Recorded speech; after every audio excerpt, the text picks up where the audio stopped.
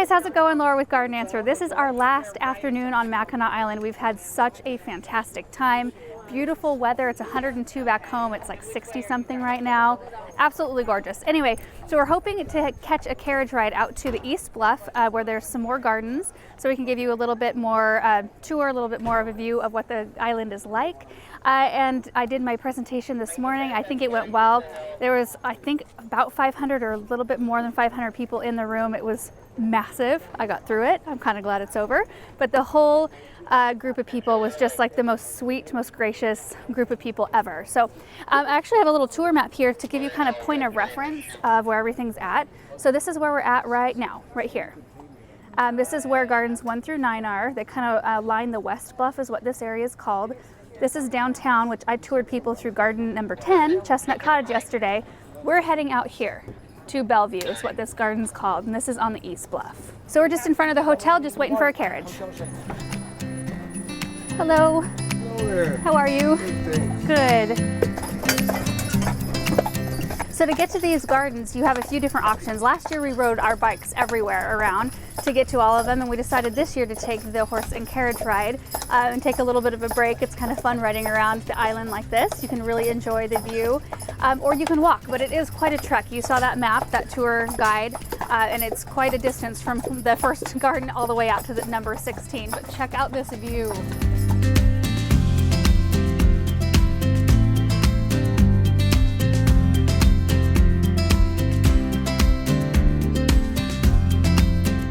All right, so we're at the next house. This one is called Craig Marr, and we're here with Gabi. We were able to snag her. She just finished touring a group of people through.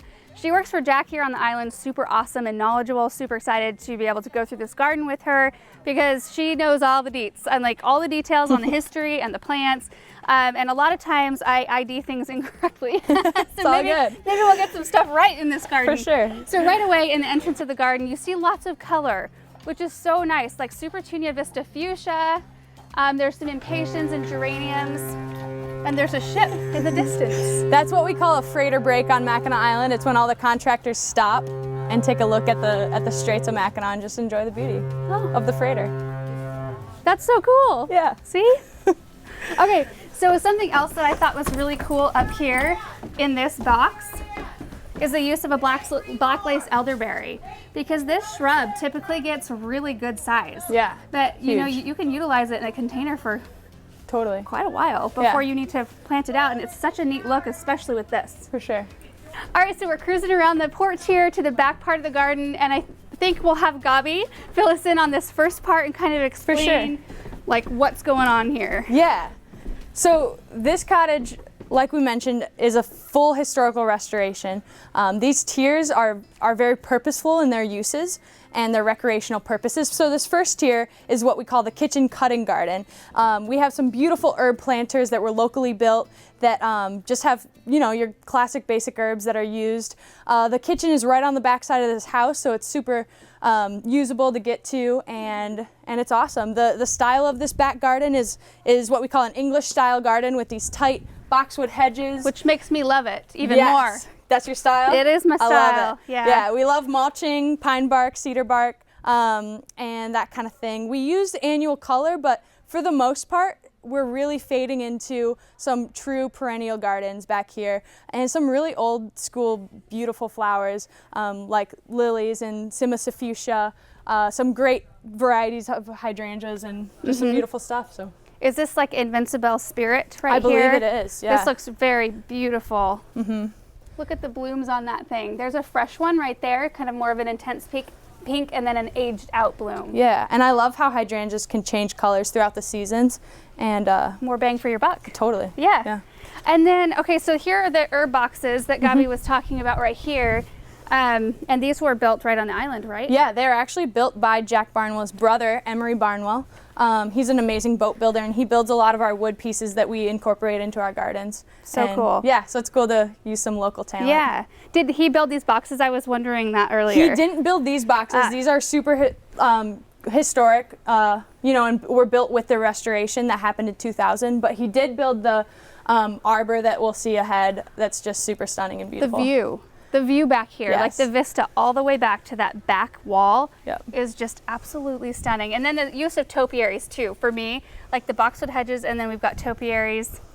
Can't ask for anything better. That's all I need. Let's take a look at this next tier. It's a pretty stunning part of this landscape. Features a full-blown swimming pool. What was historically here was a wading pond or a reflection pond. It would have been about 1.5 feet deep, but now it was restored into a full-blown swimming pool. And they use it all the time, which is cool to So pretty. use the spaces that you have. Well, and seeing, because I could see from down below, I could see these big clumps of rudbeckia up here, like how eye-catching they are and how old-fashioned this Yes, flower looks. totally. And seeing it mirrored up there, so you've got a sense of balance in this area, and also balance in that, you know, you've got your topiaries on both sides with the spirals, and the same mixture of plants in pots on each side. So you've got like diamond frost euphorbia and then a fireworks pennisetum. That's a really pretty mix. Yeah. Did I you love do that? it. I did. Ah. Yeah, I love it. I get to help design a lot of our containers and gardens. Really beautiful. So, and then another thing that I thought was really interesting, you'll have to explain about this big rose in the corner. Yeah. You see that huge shrub up there? So this rose is one of our favorite parts of the landscape because it was actually planted with the original landscape back around 1890 when the house was built. So believe it or not, that is original, about 120 years old. And we just love it. It's very dear to our hearts as the gardeners as well as the homeowners, and we're very protective of it. So Did you say what color it was already? yeah, not yet, but it blooms in blush pink and it's super fragrant. Just, you know, provides this kind of mist of beautiful smells, you know, when it's blooming. Wish we could see it in bloom right now. Another thing I noticed too, going through, was the 9 barks on either side. What variety is that? I have no idea, Is actually. it like a Diablo or a, looks kind of like a Diablo foliage. Yeah. I could be wrong, but it's a deeper lobed foliage and it's still bold. But it's absolutely gorgeous with the Rudbeckia right down here below. Yeah, we really Really love pretty. using different color foliages to just accent each other, especially using darker foliages like a 9 bark, or if it's a different type of garden, a black lace sambucus, to just create that black canvas that you can then paint your color onto. Well, and I see that you have really planned like the texture too. For sure. Like the different textures coming out. This is like, is this called Lucifer? Crocosome? Crocosome is Yeah. a variety Lucifer. Yeah, I think so. I knew half of it. Yay. We're a good team. And so during these garden tours, there are some really amazingly talented artists set up doing their work, which is so fun for the groups coming through and touring through these gardens. They get to see like these pieces of art coming together. So anyway, yours looks amazing. Yeah, this is Kevin. Always go. The house will be yellow. Don't get nervous. Don't touch that part yet. Well, I was just in here though, and you didn't even have any of this down here. Nope, it was just the outline. Just, and, yeah. And the reddish and yellowish canvas. And one thing I'm looking forward to a lot is capturing the reflections in the pool of the house when I get to that. Really neat. That's It looks amazing. Thank you. Thanks, Kevin. Okay, and then tell us, Gabi, what's going on here. So this next tier is recreationally used, obviously, as a putting green. It's a personalized putting green. Originally, it was a grass tennis court. touch it. I kind of want to touch it a little bit. It's pretty immaculate. It's cut every single day. And With what? Like a... with a special turf lawnmower. We Oh. actually don't maintain the exact turf, so we bring in someone special to do the turf. Is that just bent because grass? Do you know? I don't know. Yeah, That's really cool. I'm the garden person. Sorry. No, it's all good. We sell grass seed Yeah, at our no, garden it's center, cool. so I'm like, ooh, what is that? Yeah. And I did want to get a close up, show you guys the fountain back here, because this was kind of like rebuilt to the original, right? Totally. Yeah, this water feature actually is the original. These walls were, for the most part, all crumbled all over the property, so they were rebuilt, but this water feature was still in its exact place. So they sort of braced it and then rebuilt the walls around it, and it's just amazing. Truly to the original detail, with the pergola and the grapevines coming down. Even these fern planters. We have some original pictures, and if you look at those pictures, sometimes it looks almost exact. So. That's awesome. And so this is the fountain that you can see all the way down from the first garden we were in back here. So it's just like this amazing vista. You can see the arbor and all the topiaries and the great Yeah. arbor back here with the fountain. It's really amazing. So the other cool thing that you guys have to see, since on the island there are no vehicles, like no trucks and cars and things like that, you guys know that they have to get around either by bicycle or horse and carriage. And the owners actually pulled out their carriages for these garden tours, and they're so cool. You have to see them. So these are a couple of the carriages that are out on display. The other ones are right around the corner. And these are actually used, right? Totally, yeah. This is a fully operational barn, so these carriages are used. And actually 3 of the 4 carriages here are original to the home. They were fully restored, so that's why they look perfect. But is this one of them? This is one of them. Yeah, original to the house. But that one? This one is not. No. Okay. Yep.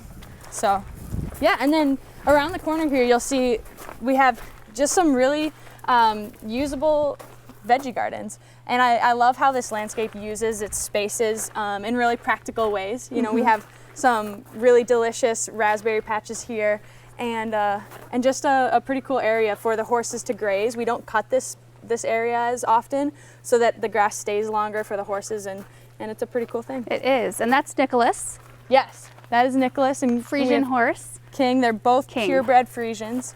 They're absolutely beautiful. I don't think I've ever seen one.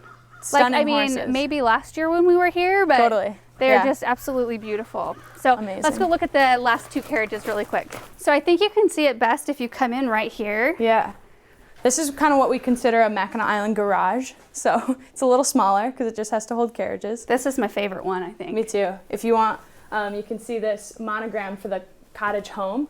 Originally, that was the original owner's initials, but as the carriage got restored, they decided to put the cottage's monogram there. Really cool. Yeah. And all the horses tack right there for that, for the carriages. And all of them are tufted. Tufting is one of my things. I love it. Girl, this is the place you're meant to be. I know. Okay, so I think we're going to swing around the backside here, and we're going to take off down another garden. All right, so this house is called Bellevue. This is the back garden, and it was created around boulders that were already here, existing in the garden. Yep. And so there's a ton of perennials in here that are absolutely wonderful. What is this type of ground cover that I see everywhere? Yeah, this is called Pachysandra. We nickname it Packy, and it's a great one. It is pretty vigorous and just holds its own. And it's shiny. And it's shiny. And like yeah, that. we love to plant it sort of in rivers throughout our gardens. I wonder, what zone is it? Do you know? Well, it has to be a zone that would work in mine. Totally. So this island is like a zone 4 or 5. Yep. And we're a zone 5. So I don't know why I don't have this in my garden. I think I'm going to have to look for some because I New really plants like coming soon? Yeah, I really like the structure of that. But you were telling us about what happened back here as far as trees go. If we move a little bit further, it makes a lot of sense. So we're on state land right now, which means there's regulations on what we can and can't do, especially when it comes to cutting down trees. So as this landscape was being formed, this actually wasn't in the plans because we didn't have the permits to cut down these trees. However, there was an addition being put on the back side of the house, which allowed us to cut down a few trees. And often this has been seen to happen when those first few trees that act as the barrier for the rest of the trees are cut down. The trees just can't withstand the wind. They're not used to it. And so that winter, after the trees got cut down for the addition to be put in, a huge wind came through this island and actually naturally sort of clear cut this section. Like the whole area, right? The whole area, yeah. When they came back in the spring, the trees were just laying down flat. If you can kind of see behind us, the forest was pretty thick, and that's what this looked like.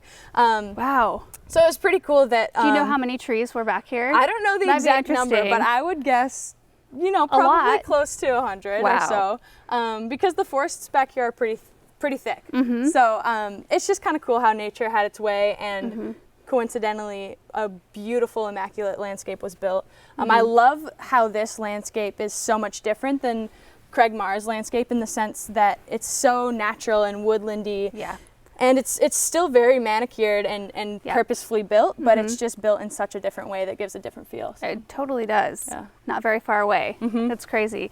So all of the rock came from this property, right? Except for the capstone on the wall. Exactly. Yeah, all this rock that we used to build these walls came from the basement that was dug while the addition was being put on, which is pretty All of cool. this? All of this, yeah. Whoa. Not joking. That's a lot of rock. Yeah, everything that's like big boulders like this guy, these were here. So we built the rock walls around them to kind of soften it up and create the garden beds that are here. But yeah, everything was harvested on the island, which we love to do. We love to keep material that is local on property.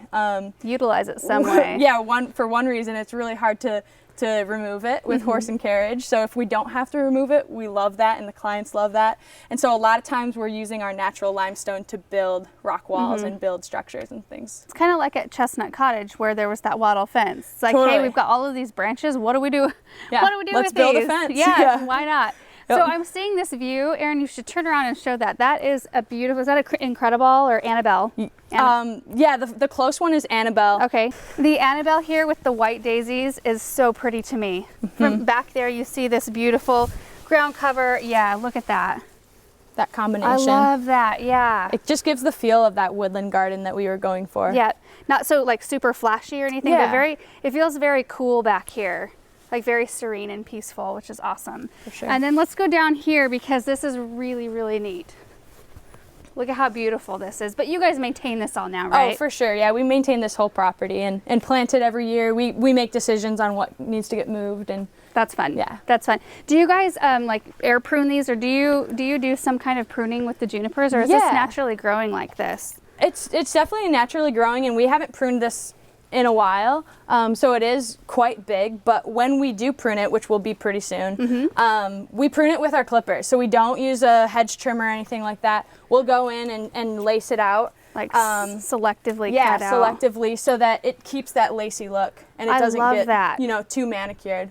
Because that's kind of the technique that we want to use in this garden is manicuring things so that they look awesome, but doing it in a way that keeps how it's naturally meant to be. So that looks really good. Our junipers look like sheared kind of blobs. For sure. Which I love sheared boxwoods. Yeah. But sheared junipers, I don't know. This is really beautiful. yeah, And then right around the corner, there are some annuals in here. I love the Browalia with the yellow begonias there. That's a really pretty combination. yeah, I love that color scheme. And we've used it a lot this year because Have that you? Browalia is just super stunning. So do you kind of like every year you kind of have like a specific color scheme you go with, or something you're liking that year? Not necessarily color scheme. We have our like go-to plants that we know are going to perform and be awesome.